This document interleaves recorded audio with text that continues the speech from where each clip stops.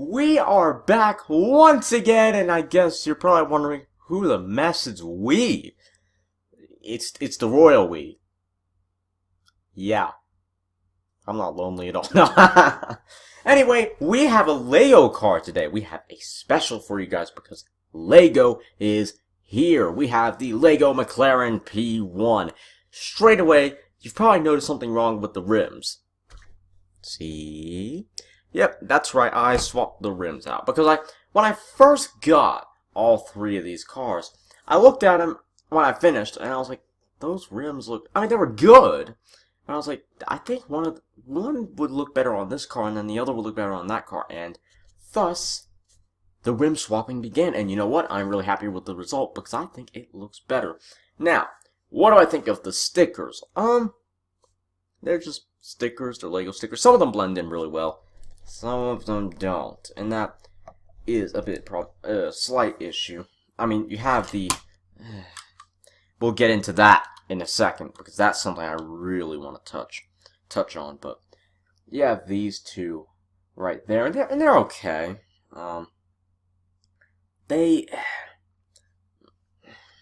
How do I say this? I know what they're supposed to look like on a part of the car, but I think the graphic isn't quite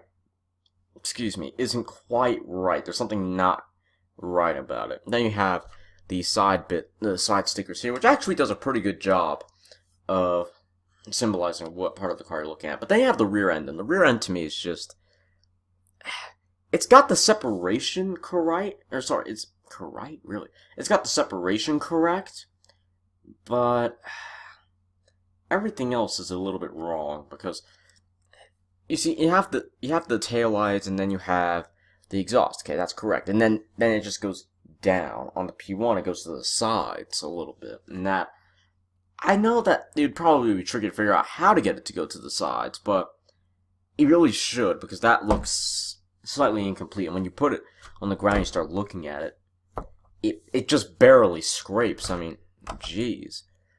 And so it doesn't really line up with the rest. I mean, the front end is a little bit lower than some of the car, but at least that makes sense. Whereas you have a little gap right here from where the arch is, and then you have that, which is even lower, and it looks weird. First off, it looks really, really weird. Then you have the front end, which is, you can tell it's a P1, but that looks even weirder because that looks like some sort of grinning frog or something, or a grinning toad, or whatever. It looks, ew. It's almost creepy in a way. There's something not quite right about how the front end is designed, but it's Lego, so get anything more angular out of this would be quite difficult. And so I have to commend the designers at Lego for doing the best that they could, because that is probably the best that they can do without creating entirely new bricks just for this model. And so then you have the interior, and I didn't think that was going to come out. My bad. And so you do get stickers for the interior as well. You also get a little minifigure with his own little helmet, which actually looks really good, and his own body. You see, this one's McLaren.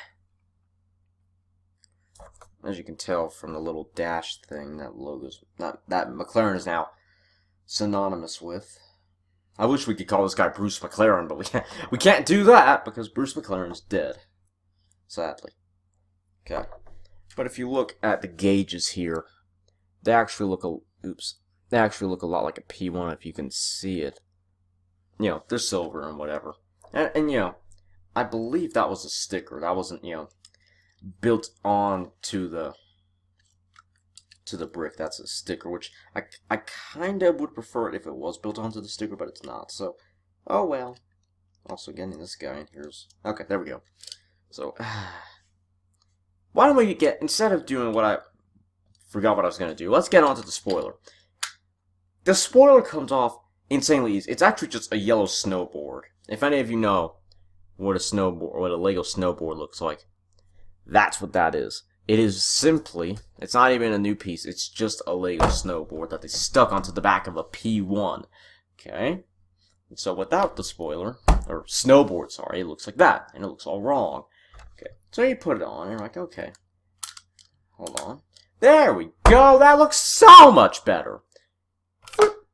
It comes right off. It's ridiculously easy to come off, and it's so irritating because you do it all the time by accident without even knowing it, unless you're paying attention, of course. And it's just so irritating because it's like the weakest thing on this car. And there's a little ramp thing that you can put on the back of here, and it makes the spoiler rest at about that height. But I know that on the real car it'd be about that low because it goes into the bodywork and whatever. So it normally rests at that, from what I can tell. But the rims look pretty good. The size it's a pretty cool size. There's a little bit too much overhang on the front end. But you know what? They really got the design pretty...